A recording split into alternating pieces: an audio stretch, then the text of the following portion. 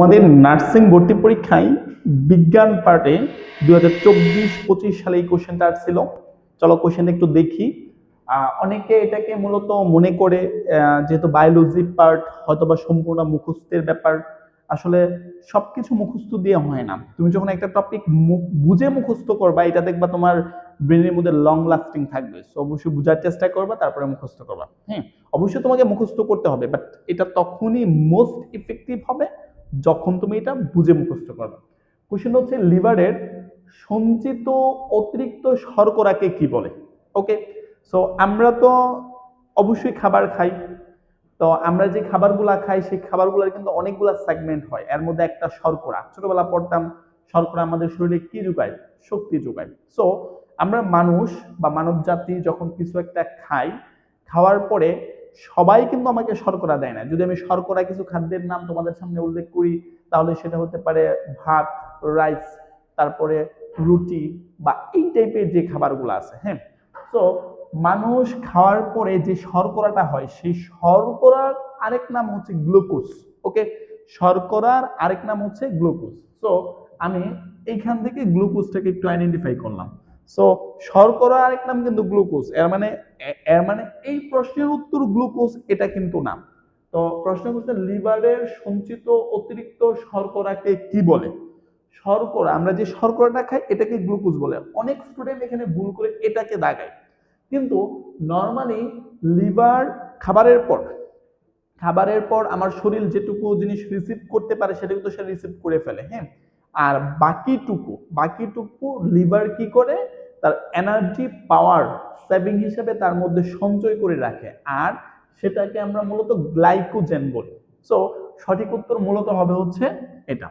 So তুমি যদি এটাকে একটু অন্যভাবে মনে রাখতে চাও, সো আমাদের এই হচ্ছে লিভার কি করে? আমরা কোনো একটা খাদ্য খাইলাম, সেটা যদি শর্করা টাইপের খাদ্য হয়, তোমার শর্করা টাইপের খাদ্য, শর্করা, এই শর্করা টাইপের খাদ্যটাকে আমরা মূলত কি বলি? গ্লুকোজ বলি। হ্যাঁ, গ্লুকোজ। ওকে, এখন অতিরিক্ত অতিরিক্ত যেটুকু লিভার ইউজ করা দরকার সেটুকু সে ইউজ করে। অতিরিক্ত তোমার কি খাদ্য সে কি করে? সঞ্চয় করে। অতিরিক্ত খাদ্য সে সঞ্চয় করে। আর অতিরিক্ত খাদ্য সঞ্চয় করার যে ব্যাপারটা, এটাকে মূলত বা সঞ্চিত খাদ্যকে আমরা গ্লাইকোজেন বলি। ওকে, সো যারা এটা পারো তাদের জন্য 1 মার্কস কোনো ব্যাপারই ছিল না, আর যারা পারো না তাদের জন্য আসলে এটা একটু মানে কঠিন ব্যাপার ছিল। তো আমরা অবশ্যই মনে রাখার চেষ্টা করব, লিভারের সঞ্চিত অতিরিক্ত শর্করাকে গ্লাইকোজেন বলে। আর ওভারঅল সে যে শর্করা জাতীয় খাদ্য খায় সেটা ওয়ান টাইপ অফ গ্লুকোজ, অর্থাৎ এটা গ্লুকোজ টাইপের খাবার। কেমন? সো বায়োলজির পার্টগুলোকে তোমরা যেগুলো ইম্পর্টেন্ট টপিক সেগুলো একটু নোট ডাউন করে রাখবা। আমার এই কোশ্চেনটা অবশ্যই নাম্বার 2 দিয়ে তোমরা এটাকে লিখে রাখবা। কেমন? বিজ্ঞান পাঠের আরেকটা গুরুত্বপূর্ণ কোশ্চেন, যেটা 2024-25 নার্সিং ভর্তি পরীক্ষাতে আসছিল। মানবদেহের ইনসুলিন হরমোন কোন অঙ্গ হতে নিঃসৃত হয়? তো প্রথমে তোমাকে এখানে জানতে হবে ইনসুলিন হরমোনের বেসিক্যালি কাজটা কি। আমরা তো শর্করা জাতীয় খাবার খাই, মানে যেটাকে আমরা গ্লুকোজ বলি।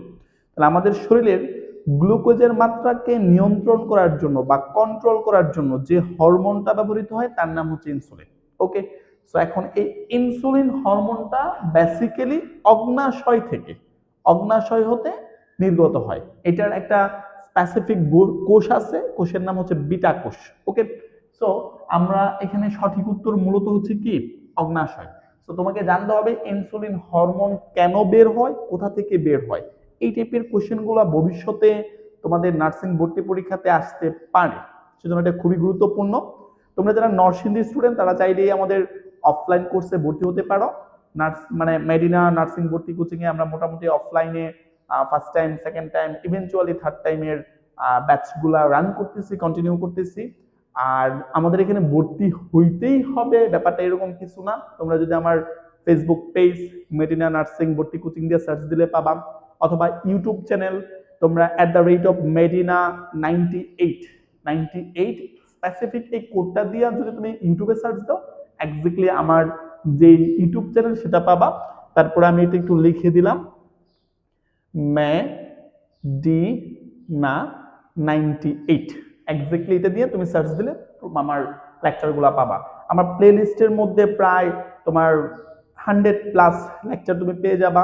তুমি যদি এই কোশ্চেনগুলো স্টেপ বাই স্টেপ আত্মস্থ করো তাহলে তুমি মোটামুটি ভালোই পারবা। অফলাইন কোর্সে ভর্তি হইতেই হবে ব্যাপারটা এরকম কিছু না। আমাদের মেরিনে আরেকটা সেগমেন্ট আছে, সেটা হচ্ছে জাতীয় বিশ্ববিদ্যালয় ভর্তি কোচিং, অনলি বিজ্ঞান বিভাগের জন্য।